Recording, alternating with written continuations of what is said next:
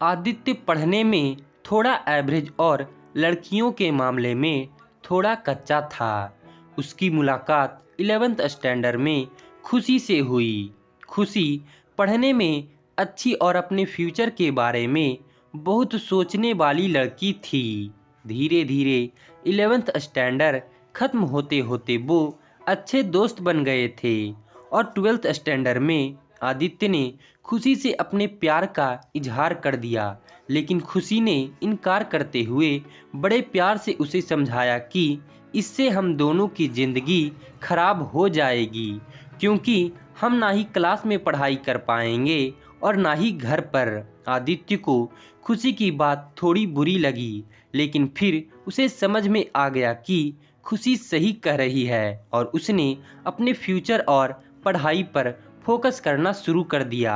और अब आदित्य किसी भी लड़की से बात नहीं करता था, यहाँ तक कि खुशी से भी नहीं, क्योंकि उसे लगता था कि वो जब भी खुशी से बात करता है तो उसे अच्छा नहीं लगता था, क्योंकि कुछ दिन पहले तक खुशी उसकी क्रश थी और आज वो उसे रिजेक्ट कर चुकी थी। और आदित्य इन सब बातों को नज़रअंदाज करते हुए अपने इंटरमीडिएट की परीक्षा में मेहनत करके पूरे स्कूल में फर्स्ट आ गया। बाद में आदित्य दिल्ली के एक कॉलेज से बीटेक करने लगा और वहाँ भी वो किसी लड़की से बात नहीं करता था, क्योंकि खुशी ने उससे जो भी बातें कही थी कहीं न कहीं उसके दिल में बैठ गई थी। और जब भी उससे कोई भी लड़की बात करने आती तो वह मुंह मोड़ लेता और वो धीरे धीरे अपने पढ़ाई में और भी अच्छा होता गया और आखिरी में आते आते वो अपने कॉलेज में भी टॉप 10 की लिस्ट में आ गया और उसे कॉलेज से प्लेसमेंट भी मिल गई और वो जॉब करने फिर से मुंबई चला गया। मुंबई एक बहुत ही बड़ा शहर है, जहां एक मोहल्ले के लोग दूसरे मोहल्ले वाले को नहीं जानते हैं। वहीं जब आदित्य ऑफिस गया तो उसे वहां खुशी दिखी, लेकिन अब खुशी के लिए उसके दिल में कोई जगह नहीं थी और इसलिए वो हर बार खुशी से छिपता रहता। इसलिए नहीं क्योंकि वो उससे नाराज़ था, बल्कि इसलिए क्योंकि वो फिर से खुशी की ज़िंदगी में नहीं आना चाहता था। लेकिन वो कहते हैं ना कि भगवान की मर्जी के आगे किसी की नहीं चलती। एक दिन ऑफिस के कैंटीन में खुशी ने आदित्य को देख लिया और उसके पास जाकर उससे बातें करने लगी। आदित्य के पास भी खुशी से बात करने के अलावा और कोई विकल्प नहीं था। दोनों के दिल में पिछले 4 सालों से जो भी दर्द था उन्होंने एक दूसरे को बताया और खूब सारी बातें की। खुशी ने उससे बिछड़ने के बाद अपने सफ़र के बारे में बताया और आदित्य से उसके बारे में पूछा, जिसके बाद आदित्य को कहीं ना कहीं लगने लगा था कि खुशी गलत नहीं थी और आदित्य को फिर से खुशी से प्यार हो जाता है।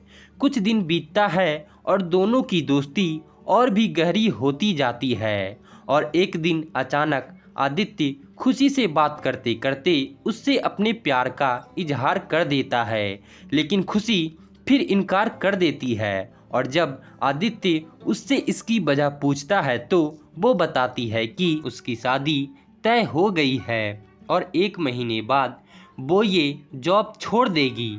जब ये बात आदित्य को पता चली तो वो एक बार फिर टूट गया, जिसके बाद वो अपने आप को संभाल नहीं पाया और एक चिट्ठी खुशी के लिए छोड़कर चला गया। और खुशी उस खत को पढ़ती है जिसमें लिखा था, मेरी प्यारी खुशी, मैं तुमसे बहुत प्यार करता हूँ, लेकिन शायद तुम मेरी ज़िंदगी में नहीं हो, इसलिए तो मैंने तुम्हें 2-2 बार खोया है।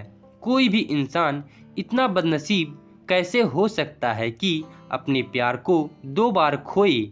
मैं नहीं जानता कि मैं तुमसे दूर रह के जी पाऊँगा कि नहीं, लेकिन अगर तुम्हें किसी और से शादी करते देख लूँगा तो पक्का जी नहीं पाऊँगा।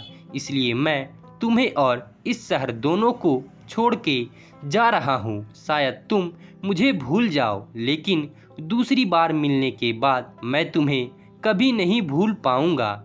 मैं भगवान से प्रार्थना करूंगा कि वो तुम्हें और तुम्हारे होने वाले पति को हमेशा खुश रखे।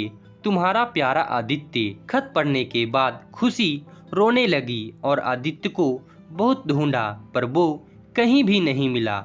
और बाद में खुशी ने अपने परिवार की खुशी के लिए अभिषेक से शादी कर ली। लेकिन खुशी को आज भी ये बात हमेशा सताती रहती है कि आदित्य कहाँ होगा, किस हाल में होगा।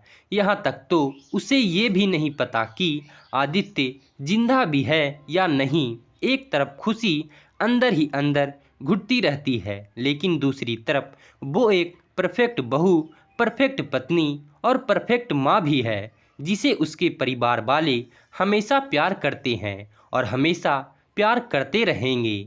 हमें ये तो नहीं पता कि खुशी ने 12th स्टैंडर्ड में या जॉब टाइम पर आदित्य को ठुकरा के गलत किया या सही, लेकिन आदित्य ने ये साबित कर दिया कि वो खुशी से सच्चा प्यार करता था। और इस बात का एहसास शायद अब खुशी को भी हो चुका था और इसलिए शायद आज तक खुशी अपने आप को माफ़ नहीं कर पाई। तो दोस्तों, अगर आपको हमारी ये प्यारी छोटी सी स्टोरी अच्छी लगी हो तो हमारे चैनल को सब्सक्राइब करिए और इस प्यारे से वीडियो को एक लाइक ज़रूर से कर दीजिएगा दोस्तों।